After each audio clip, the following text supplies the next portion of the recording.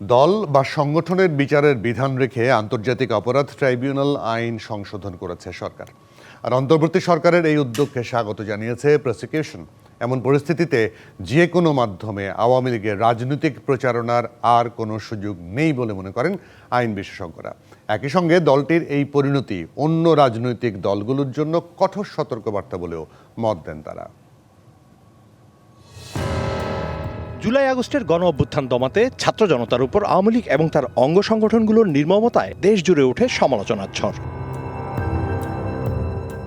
আওয়ামী লীগের ওই ফ্যাসিবাদী ভূমিকার কারণে সম্প্রতি দলটির রাজনীতি নিষিদ্ধের ডাক দেয় জাতীয় নাগরিক পার্টি সহ কিছু রাজনৈতিক দল।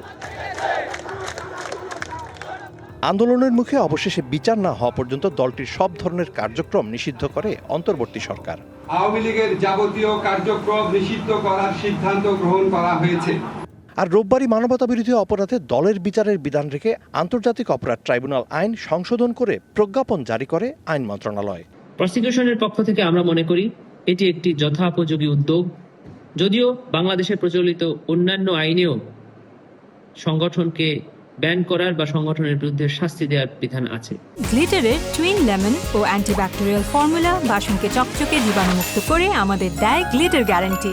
তথাপিও আন্তর্জাতিক অপরাধ ট্রাইব্যুনালের মতো একটি ইন্টারন্যাশনাল স্ট্যান্ডার্ড আইন বা ট্রাইব্যুনালে একটি সংগঠন বা কোনো ব্যক্তির বিচার যদি সম্পন্ন হয়ে থাকে সেটি হবে মানুষের জন্য অ্যাকসেপ্টেবল। আর তাই আওয়ামী লীগের রাজনীতির বিষয়ে পরবর্তী সিদ্ধান্তটি ট্রাইব্যুনাল দেবে বলে জানান আইন বিশেষজ্ঞ।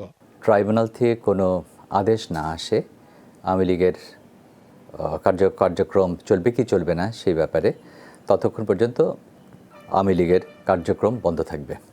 নিষেধাজ্ঞার কারণে যে কোনো প্রচার মাধ্যমে আওয়ামী লীগের রাজনীতি চর্চার সুযোগ শেষ হয়েছে বলে জানান আইনজীবীরা।